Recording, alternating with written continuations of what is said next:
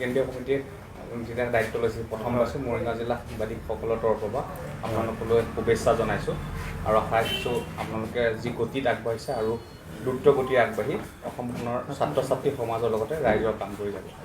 ধন্যবাদ জনাইছোঁ আমিও মৰিগাঁও জিলা সন্মানীয় সাংবাদিকসকল সদৌ অসম ছাত্ৰ সন্থাৰ তৰফৰ পৰা আপোনালোক গোটাকে ধন্যবাদ জনাইছোঁ। হয় থেংক ইউ। প্ৰথমতে আজি অহা উদ্দেশ্য বা গোটেইখিনি আমি আটাইখিনি গমেই পাইছোঁ। ইয়াৰ লগতে এটা কথা আপুনি সেইখিনি ক'বই, এইখিনিতে লগত লগাই দিছোঁ সন্দৰ্ভত যে আছু আজিৰ তাৰিখত জাতীয় সংগঠন নহয় আৰু সংবাদ মাধ্যমক তেখেতে আহ্বান জনাইছে যে জাতীয় সংগঠনটো উঠাই দিব লাগে।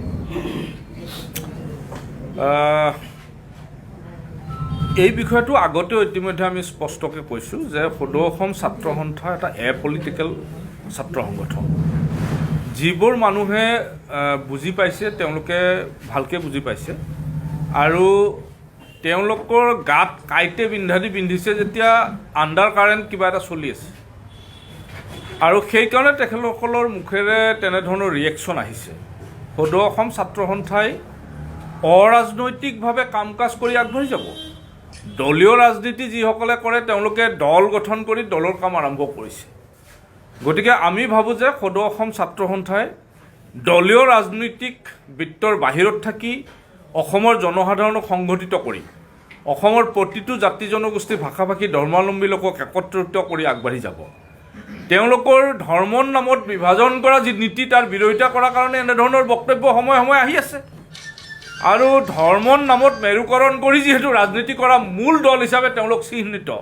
গতিকে এই ধৰণৰ ব্যক্তিৰ পৰা বেলেগ কথা আশা কৰি লাভ নাই আৰু নিশ্চয় তেওঁলোকক এনেধৰণৰ যিসমূহ নতুনকৈ উদ্ভাৱন হোৱা অসমৰ ৰাজনৈতিক শক্তি সেইসকলে ক'ৰবাত তেওঁলোকক প্ৰত্যাহ্বানৰ সন্মুখীন কৰাইছে আৰু সেইকাৰণে তেনেকুৱা বক্তব্য তেওঁলোকে দিব লগা হৈছে। অসমৰ জনসাধাৰণে জানে ছাত্ৰ সন্থাক কাৰো চাৰ্টিফিকেট নালাগে। অসমৰ জনসাধাৰণৰ স্বাৰ্থত কিদৰে কাম কৰি যাব লাগে তাৰ কাৰণে সদায় আমাক পৰামৰ্শ আদি দি আহিছে আৰু ছাত্ৰ সন্থাই সদায় দলীয় ৰাজনৈতিক বৃত্তৰ বাহিৰত থাকি কাম কৰি যাব আৰু অসমৰ জনসাধাৰণে অসমত যিহেতু অসমৰ স্বাৰ্থ বিঘ্নিত কৰি কা জাপি দিছে আৰু এইসকল মন্ত্ৰীৰ নেতৃত্বত ইয়াত অসমীয়াৰ স্বাভিমানী যাত্ৰাটো ব্যাঘাত জন্মাবৰ কাৰণে বিভিন্ন ধৰণে তেওঁলোকে এনেধৰণৰ চালে বেৰে কোবোৱা মন্তব্য কৰি আছে। আমি সদৌ অসম ছাত্ৰ সন্থাই স্পষ্টকৈ ক'ব খুজিছোঁ যে অসমৰ জনসাধাৰণে কা নামানে আৰু কাৰ জৰিয়তে 43 বছৰৰ বাংলাদেশীৰ বোজা আমাৰ ওপৰত জাপি দিছে আৰু সেইকাৰণে অসমৰ জনসাধাৰণে এটা নতুন শক্তি উদ্ভাৱনৰ কথা ভাবিছিল আৰু আমি ভাবোঁ যে একত্ৰিত এনে শক্তিয়ে অসমত নতুনত্বৰ বাট মুকলি কৰিব আৰু দিল্লীৰ পদলেহনকাৰী যিবিলাক শক্তি এই শক্তিসমূহ উৎখাত কৰিব পাৰিব। এতিয়া গণশিল্পী সূৰ্যত আছে সিদিনা মৰিগাঁৱত ফেচলা কৰিছিলে কাম নপকোতে দাম চলি গ'ল এই কা সন্দৰ্ভত কেনেকুৱা গণশিল্পী এইবোৰ টাইটেল কাৰ লগত থাকিব আৰু কাৰ লগত নাথাকিব সেই কথাবোৰ সিদ্ধান্ত ল'ব অসমৰ জনসাধাৰণে। গতিকে জনসাধাৰণে সিদ্ধান্ত ল'ব। আমি ভাবোঁ যে এনেধৰণৰ কথা বতৰা অসমত আগতেও চলিছিল এতিয়াও চলি আছে। গতিকে বহু অভাৱগ্ৰস্ত ব্যক্তিয়ে তেনেকুৱা কাম কৰি আছে আৰু সেইটোকে সুযোগ লৈ বহু সময়ত ৰাজনৈতিক ব্যক্তি হিতেশ্বৰ শইকীয়াৰ দিনৰ পৰা আজিলৈকে এই একেবোৰ মানুহে এনেকুৱা কাণ্ড কীৰ্তিত জড়িত কৰাই কাম কাজ কৰাই আছে। আমি ভাবোঁ যে অসমৰ জনসাধাৰণে তাৰ বিচাৰ কৰিব আৰু 43 বছৰৰ বাংলাদেশীৰ বোজা আমাৰ ওপৰত জাপি দিছে নে নাই সেই কথাটো অসমক আৰু নতুনকৈ ক'ব লগা বিষয় নহয়। 71 চনৰ পৰা 2014 চনলৈকে মানুহ তেওঁলোকে বাংলাদেশৰ পৰা আনি ইয়াত জাপি দিছে আৰু অসমৰ মানুহে এতিয়া প্ৰতিবাদৰ ৰাস্তালৈ অহাৰ পিছত এনেকুৱা কথা কৈ মানুহক তাৰমানে বিপথে পৰিচালিত কৰিব এনেকুৱা কথা হ'বলৈ দিয়া নহ'ব আৰু অসমৰ জনসাধাৰণে ইয়াৰ যোগ্য প্ৰত্যুত্তৰ দিব।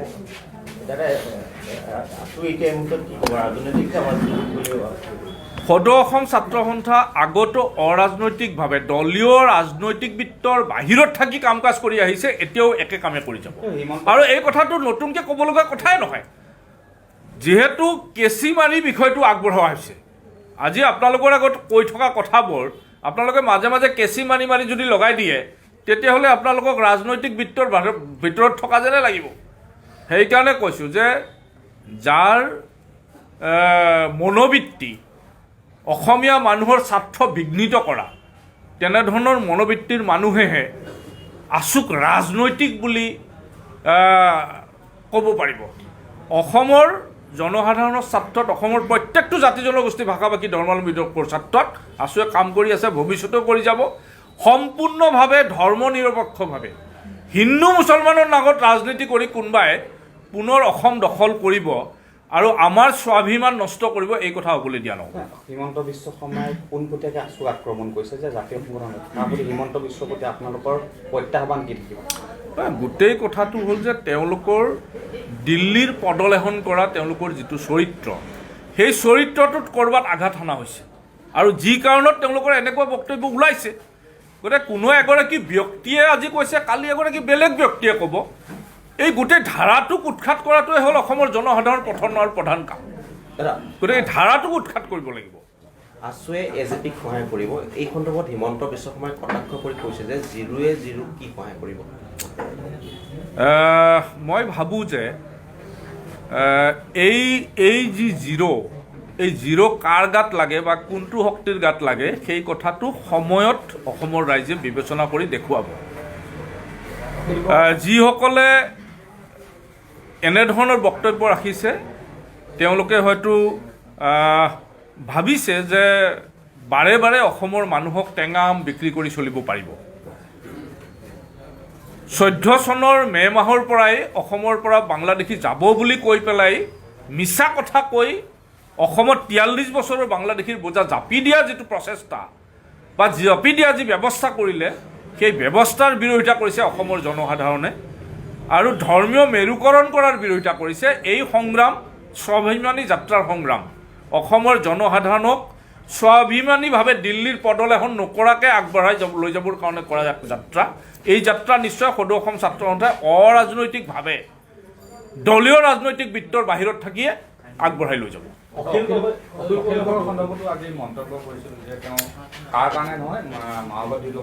গোটেই বিষয়টো যিহেতু আদালতৰ বিচাৰাধীন এটা বিষয়, এই বিষয়টো আদালতে নিশ্চয় জাষ্টিচ দিব আৰু আদালতৰ বিষয়সমূহ আদালতে নিৰ্ণয় কৰিব। চৰকাৰে অসমৰ জনসাধাৰণৰ স্বাৰ্থক বিঘ্নিত কৰি লোৱা সিদ্ধান্তৰ জবাব অসমৰ জনসাধাৰণে দিব।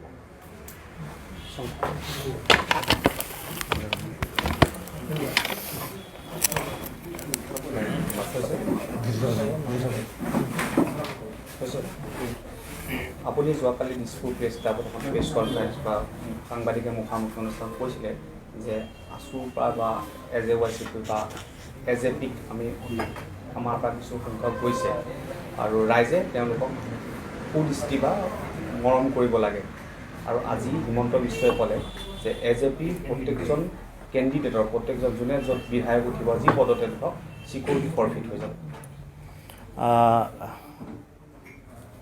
কাৰ আমানতৰ ধন ঘূৰাই নাপাব বা আমানতৰ ধন বা ভোট কোনে কিমান পাব, সেই বিষয়টো হিমন্ত বিশ্ব শৰ্মাই নিৰ্ধাৰণ কৰিবলগীয়া বিষয় নহয়।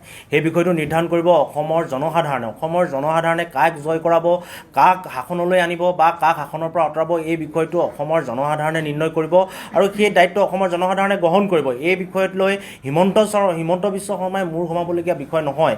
তেখেতে কেৱল সদৌ অসম ছাত্ৰ সন্থাক টাৰ্গেট কৰি বা অন্যান্য যিসমূহ বিষয় আছে সেইসমূহক টাৰ্গেট কৰি তেখেতে বক্তব্য ৰাখিছে বা টুলুঙা মন্তব্য কৰিয়ে তেখেতে দায় সাৰিব বিচাৰিছে। গতিকে তেখেতে এই বিষয়বিলাকত মূৰ ঘমাব নালাগে। এই বিষয়সমূহ ৰাইজে মূৰ ঘমাব। কাক কিমান ভোট প্ৰদান কৰি বা কাক শাসনত বহাব, এই বিষয়সমূহ ৰাইজৰ বিচাৰাধীন বিষয়। ৰাইজে এই বিষয়সমূহত নিৰ্ণায়কৰ ভূমিকা গ্ৰহণ কৰিব। নিৰ্বাচনত আছুৱে অসম জাতীয় ভোটক কিবা সহায় কৰিব নেকি? না আমি এটা কথা কৈছোঁ ইতিমধ্যে আমি নিৰ্বাচনী বৃত্তৰ বাহিৰত থাকি এই আঞ্চলিকতাবাদী ভেটি প্ৰতিষ্ঠা কৰিবৰ কাৰণে ছাত্ৰ সন্থাই সদায় কাম কাজ কৰিম আৰু বিভিন্ন সময়ত আমাক অৰাজনৈতিক নহয় বুলি কয় বা আমি ৰাজনৈতিক বুলি কয় বিভিন্ন সময়ত আমাক বিভ্ৰান্তি কৰিবলৈ বিচৰা হয় কিন্তু আমি এটা কথা কৈছোঁ যে আমি ৰাজনৈতিকভাৱে আমি উদাসীন নহয় আমি আমাৰ ৰাজনৈতিক সচেতনতা বা ৰাজনৈতিক ন্যায় প্ৰতিষ্ঠা কৰাৰ দায়িত্ব আমাৰ ছাত্ৰ সন্থাৰ আছে গতিকে ৰাইজ ৰাজনৈতিকভাৱে যিহেতু অন্যায়ৰ সন্মুখীন হৈছে গতিকে ৰাজনৈতিকভাৱে ন্যায় প্ৰতিষ্ঠা কৰিবৰ কাৰণে ছাত্ৰ সন্থাই ব্যৱস্থা গ্ৰহণ কৰিব লাগিব আৰু ৰাইজে এই যি ৰাজনৈতিকভাৱে ৰাইজে যিসকলক অন্যায় কৰিছে সেইসকলক ৰাজনৈতিকভাৱে প্ৰত্যুত্তৰ দিবৰ কাৰণে আমি ছাত্ৰ সন্থাই সদায় আহ্বান জনাই আছোঁ হিমন্ত বিশ্ব প্ৰতি কি প্ৰত্যাহ্বান দিব তেখেতে আপোনালোকক বা আছুক আজি জাতীয় সংগঠন নহয় বুলি সংবাদ মাধ্যমক কৈছে যে আপোনালোকে জাতীয় সংগঠন শব্দটো ব্যৱহাৰ নকৰিব আছুৰ ক্ষেত্ৰত ময়ো সংবাদ মাধ্যমক এটাই আহ্বান জনাম এইগৰাকী হিমন্ত বিশ্ব শৰ্মা যিগৰাকী ছাত্ৰ সন্থাৰ মজিয়াৰ পৰা এটা সময়ত খেদা খাইছিল লুই বাৰ্জাৰ আৰু সাৰদা কেলেংকাৰীৰ লগত জড়িত এইগৰাকী ব্যক্তি আৰু ছাত্ৰ সন্থাৰ মজিয়াৰ পৰা যিহেতু এটা সময়ত তেখেতে খেদা খাইছে গতিকে ছাত্ৰ সন্থাৰ প্ৰতি তেখেতৰ ভাল ভাৱ নাই সেইকাৰণে বিভিন্ন সময়ত বিভিন্ন টুলুঙা মন্তব্য কৰি ৰাইজৰ মাজত বিভ্ৰান্তি সৃষ্টি কৰিছে গতিকে সাৰদা কেলেংকাৰী লুই বাৰ্জাৰ কেলেংকাৰী আৰু ছাত্ৰ সন্থাৰ পৰা খেদা খোৱা এইগৰাকী ব্যক্তিৰ পৰা ছাত্ৰ সন্থাই কোনো ধৰণৰ নীতি শিক্ষা গ্ৰহণ নকৰে ৰাইজে যি নীতি শিক্ষা আমাক দিব ৰাইজে যি আমাক সমালোচনা কৰিব আমি সেইবিলাক গ্ৰহণ কৰিম গতিকে এই খেদা খোৱা কেলেংকাৰীৰ লগত জড়িত ব্যক্তিগৰাকীৰ কথা বতৰাত ৰাইজ যে ভুল নাযায় সেই বিষয়টো ৰাইজে জানে গতিকে হিমন্ত বিশ্বৰ কোনো চাৰ্টিফিকেটৰ ছাত্ৰ সন্থাৰ প্ৰয়োজন নাই ছাত্ৰ সন্থাৰ পৰা যিহেতু এগৰাকী খেদা খোৱা ব্যক্তি তেওঁ ছাত্ৰ সন্থাৰ বেয়া কথাটো সদায় চিন্তা কৰে